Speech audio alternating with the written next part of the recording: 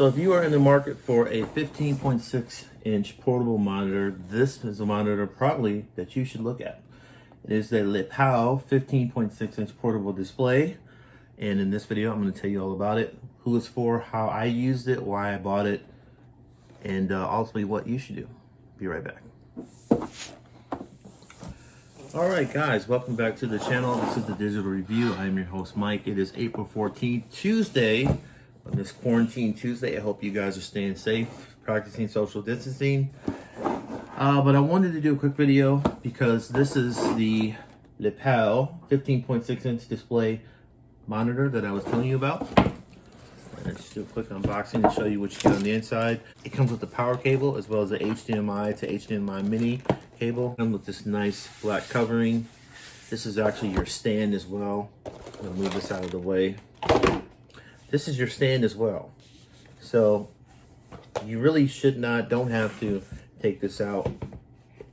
And for camera's sake, I'm gonna actually pause the video so you can see this. That is what that bad boy looks like. Very nice monitor.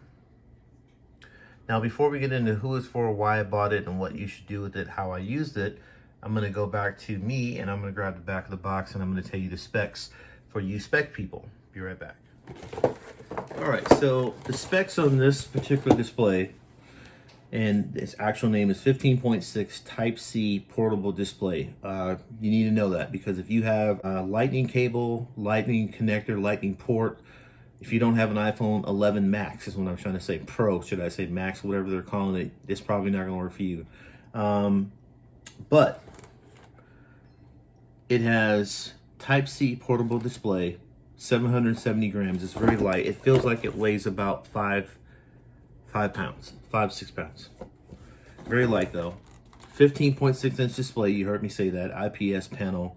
The dimensions are 368 by 225 by 8.8 millimeters. So very thin, 8.8 millimeters, feels like about a half of a dime, to be honest with you. 16.9 aspect ratio, 1920 by 1080p resolution, 16.7 million colors, 6800K temperature.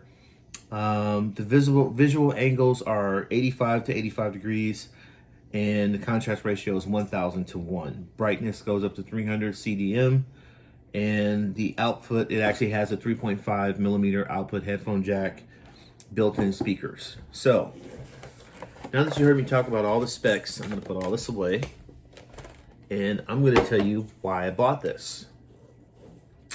I bought this because it's USB-C, number one, Type-C, and at any time, you know, I have an S20 Samsung, at any time, if I wanted to do some gaming or if I wanted to use DeX, I didn't have to worry about wires. The monitor is actually powered through the phone. The phone powers the monitor. The only thing you do is plug in. They do give you a power source that you can use, and I'm going to advise you to use that power source. I'll get into that later. But the point is, anytime I could go, you know, to any corner of the house, any coffee shop. If I'm on the road, if I'm in a hotel, whatever, I can use my phone and this cable and this monitor, and you basically have a laptop now that you have DeX. I was really interested in using DeX for client records keeping, things like that. And DeX, if you don't know, is like a Chrome operating system on your phone. So I figured, let's go do some research, find out. When I got to Amazon, this one was 4.5 out of 5 stars. Some of them were 4.75 out of 5 stars. So very good reputation. I mean, what can I say? It had everything that I wanted. That's why I got it. Who is this for? This is for either the gamer or someone that has a Samsung device that wants to use screen mirroring or DeX, something like that. It's probably not for an iPhone user just because you can't connect to it unless you have one of the new iPads or unless you have one of the iPhone 11 Pro. Other than that, you really can't connect to this yet. So it's not for an iPhone user. It's pretty much for a Samsung device user. I think maybe if you had a hub, you could connect a HDMI cable mini to this, to the HDMI Max cable size, and then hook up your iPhone to that, but that hub needs to be powered. This has to be powered through USB-C. So You just need to know that. If you are not a USB-C type user, this is not going to be for you. It's got to be powered through USB-C. So that is why I bought it, and that's who it's for. It's for your portable gamer. Let's say you're someone, you have a Nintendo Switch, and you got a kid that wants to play their Switch and they don't have a TV, or they're going to be traveling on the road. You can put this in their backpack with their Nintendo Switch, hook right up to it, bring the cable along, and boom, the Switch will power the monitor, and one outlet they can sit at a desk and have a great time. It's for something like that. It's for light computer use. It's light enough, it's bright enough, should I say. It's wide enough to where you can use it as a second monitor to your laptop, to your desktop, if you want to do something like that. If you're streaming, if you're gaming, yeah, you can use it as a second display monitor. One of the things that I like about this is also that it has two different types of viewing angles, and I'm going to turn this around so you can see this. This angle right here would be, say, if you're sitting back, you're on your bed, you're watching a movie, you want to, kind of lean it back. This is a good angle for that. And if you want to play a game, straight up and down, more like that. You can see if I turn it to the side, you see the angle back there, versus if I had it laid out flat right there. And all this comes with it. This is magnetic on the back. This actually strips right in there. It's magnetic on the back, so you don't have to worry about that. I still have plastic on it. I never touch the monitor, never touch the screen. All that comes with it, and that's one thing that I like about it. The build quality is solid. The cable connectors are solid. Everything about this brand has been solid. Now, when it comes to using this particular monitor, you can use it in three ways. You can use it like this, like we showed you earlier, where you want to tilt it, and it can be like your personal laptop, or it can be your gaming device. If you want to use it as a stand-up display, you can actually stand it up like this, and it'll go the portrait route. And then you can also use it as a third monitor if you just plug it into your laptop or PC or whatever you use. Now, another thing that I liked about this monitor is that there was no lag, there was no delay time at all. As I was moving on my phone, it was actually moving on the screen. That is very important to a gamer. The performance was on par. So that is definitely a plus about this monitor. So, the cons, and this is important because it's actually got to go back. The cons for me were this. People don't tell you that when you turn the brightness up past 80, you need to have a power source. I never saw that in the comments at all, in the reviews that I read. I never saw that, hey, when you turn the brightness up past 80, you got to have a power source. It's going to either shut off or it's going to drain your battery. Number two, for whatever reason, I don't know if it was this particular model, unit, should I say, or if it was because of the game that I was playing, but whenever, it wasn't something that I could recreate every time. It was just random. It would just shut off and shut back on. It was almost like the cable was losing connection from the phone or to the TV, the screen, and then shut off and then shut back on.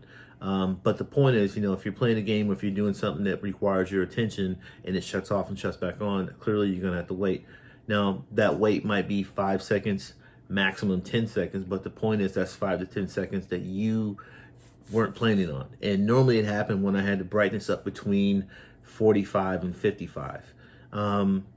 I don't know what that's from. I haven't been able to find anything online that says, hey, this is a normal occurrence or this is why it's happening, because I kept it under 80. But all I know is between 45 and 55 brightness, sometimes I'd be in the middle of a Call of Duty mobile game and poof, it would shut off and then shut back on. That's not what I bought it for, so I'm going to send it back. But when it comes to actual quality, when it comes to what you paid for it, for $149 on sale, $189 regular price, this is a pretty good monitor. Maybe it needed to have a power source with it, and that's why it was shutting off. I actually never tried it that way. I wanted to go completely portable. Maybe it was just this particular unit was bad. Every review that I've read has been nothing but flying colors for this particular monitor. So, with that being said, this is the LePow 15.66 monitor. It is part of, I think, Essential Gamer's backpack. If you are a gamer, if you have a laptop and you need a second screen, if you are a streamer, if you are someone that has a Samsung and you want to use Samsung DeX, I would definitely look at a monitor, and I would buy a LePow, but I would buy it knowing that I need a power source. I would actually use the power source. Since then, I found a workaround. That's why I'm sending it back. I just have my iPad Pro, and I just use the gaming on that, so I don't worry about it. But the point is, it would work for you Samsung users as well. Just understand that you might need to use that power source if you're going to turn the brightness up so it doesn't cut off on you. As far as the screen goes, it looks fine at 35%, but you know how it goes when you got something on the wall or in your desk and you want to see it. You want to see it in its brightness, full of glowing capacity. You don't want to see it dim down, you know. So why have it if you can't use it, right? So it is going to have to go back for me. I will let you guys decide if it will be right for you in your situation. Why would you use it? I just told you why I bought it and why I used it. And from there, you guys got to make your own decision. So if you like what you heard, you got any questions about it, it's very straightforward type of review. If you like what you heard, hit the like button. Also hit subscribe. And I will see you in the next product review.